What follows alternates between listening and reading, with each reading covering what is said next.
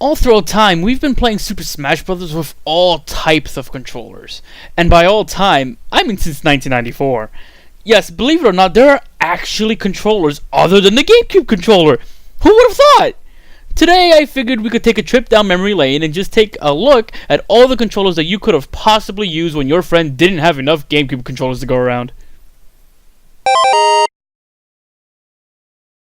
Starting us off, we have the Nintendo 64 controller. A weird one, I have to admit. At the time, it was the only way to really play Smash Bros., so we kinda just dealt with having to use it. Funny enough, as a kid, I never really questioned it, but looking back, I can't help but wonder why the hell it was designed the way it is. I mean, when it came to playing Smash, it did the job, and while it wasn't exactly the most comfortable thing, it was enough to still have fun with the game. Still, I can't help but try to get into Nintendo's head on this one. Who exactly was this designed for? And how exactly were we meant to hold it? Oh, now it all makes sense. Yeah, now we're talking. The tried and true controller that everyone and their overly competitive friends used when playing Smash. Obviously, when Super Smash Bros. Melee came out for the GameCube, we had to use the new controller, and it works perfectly for the game. It's no wonder it's still used to this day. I do have very minor problems with it, like it being not as comfortable as some of the controllers that came later on down the road, but my god does it do its job well. Which we all know is to play Smash Bros. And nothing else at this point. The way the ABXY buttons are placed are kind of weird, but it never really bothered me too much, although the interesting thing to note here is, when playing an intense game of Smash with two of these bad boys, it can really sound like two people arguing on Twitter using nothing but typewriters.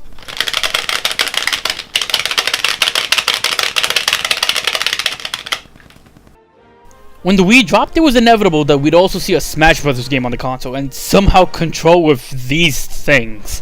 I don't know anyone who would seriously play Smash on these things, but I think Nintendo knew this too, since the Wii was the first time they introduced a ton of different ways to play Smash on the same system, including being able to plug in a GameCube controller.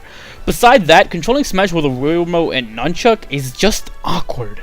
Thankfully, there was no waggle of any kind, but it still felt like such a terrible way to play the game. I understand why it exists, though. You need to give people a way to play the game without having to buy extra controllers. You know, a way to play the game straight out of the box.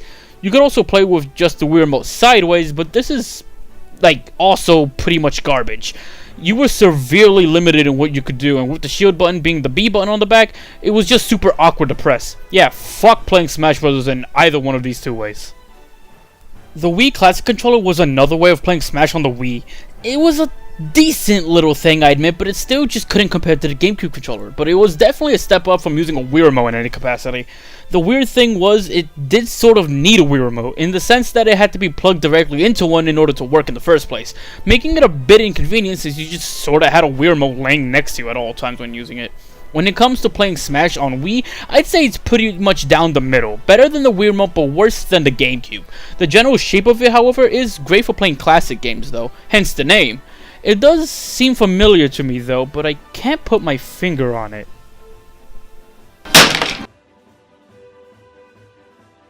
But this is a good one.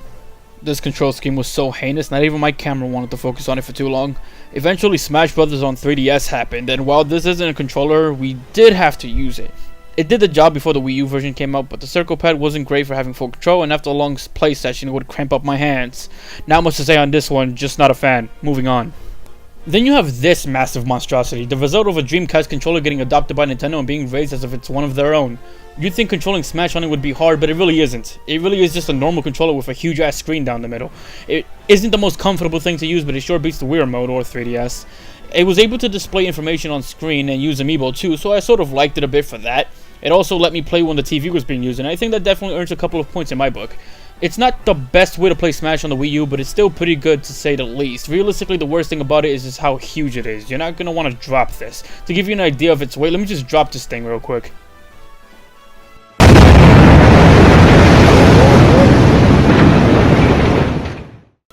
Time to say something that would be considered blasphemous for many in the competitive Smash scene, but about 80% of my time playing Smash for Wii U, it was with this controller right here. The Wii U Pro Controller, what I consider to be the best controller to play Smash with since the GameCube controller. There's not much to say about this one, but here's why I like it so much. This thing was basically just a mini Wii U gamepad. It practically removed all the problems I had with it and unnecessary things from the gamepad to make it more suitable to play games with. Don't get me wrong, the gamepad was great and all, but this controller right here was basically streamlined for this very purpose. Easily one of the best ways to play Smash in my opinion, and if the GameCube controller didn't exist, you'd probably see everyone rocking this at tournaments. It just needed to be wired, I think. See this logo right here? This is how you know this is one of the remade GameCube controllers that released along Smash for Wii U. A cool logo, I gotta say. Makes it feel special. Since the Wii U didn't have a way to use GameCube controllers, Nintendo came out with this cool adapter to go along with it. That made it pretty easy to play with everyone's preferred controller. It was a good idea, but in terms of the controller itself, there isn't really much to say about it. It's pretty much exactly what you'd think it would feel like. It's just a regular good old-fashioned GameCube controller. Oh, and the best part, it still sounds like two typewriters fighting to the death.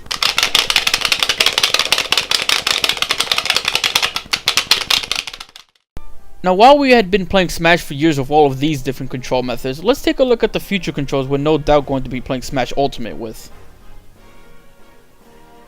Yes, I'm playing it now. Okay, fine, I'm not, but we all know this is going to happen pretty soon. No doubt a lot of us will be taking the game with us, so eventually we're going to have to play with the entire Switch console itself. It won't be ideal, but I think it'll feel somewhat like a cross between a Wii U gamepad and a 3DS. The buttons feel 3DS-like, which gives me that impression, with the same general size of the gamepad. I didn't enjoy playing on 3DS because long play sessions would give me cramps and the circle pad, but the Switch doesn't feel like it'll have the same problem the circle pad had, but it'll be better, but not perfect. Whether or not my hands will cramp, I have no idea. The gamepad felt fine to me, so if it's anything like that, I think it'll work out just fine. I can see this being the best way to play any Smash game portably. I'm sure it'll support playing on a single Joy-Con as well, but why on God's earth would anyone want to do that is beyond me. I mean, maybe so you can take one and pass it to someone next to you, but at that point, I'd rather just not play. I can see that being even worse than playing on a sideways Wii remote. I'm sure there's going to be people playing with the Joy-Con grip on day one if they just buy the game alone. I don't have much to say on this one though. It'll feel exactly like playing with the Switch but with less weight and space, so it'll be better but not by much. Let's move on to the next one. I can totally see the Switch Pro Controller beating the Wii U Pro Controller in terms of being like second place for best Smash controller, you know, behind the GameCube controller. On its own, it's extremely comfortable and my preferred controller when playing on my Switch. I'd probably play with this if I didn't recently get back into using GameCube remotes again. What also helps is the stick placements. It sort of replicates the GameCube controller placement, making use of the C-stick feel familiar. I think this controller will be a pretty damn good one to play with. And that right there is pretty much every controller we have been playing Super Smash Bros. With, and some that we will be playing with pretty soon. I'm pretty sure I also missed a few controllers here and there, but this is pretty much the bulk of it. If there's any out there that I haven't covered, it's most likely because I don't own that controller. But feel free to let me know which one of these controllers are your favorite, and honestly, if your favorite is not the GameCube controller, then I'd love to hear why. It's so rare to see anyone not using it, so I find it pretty interesting if someone doesn't use it. But until then, I'll see you guys in the next video.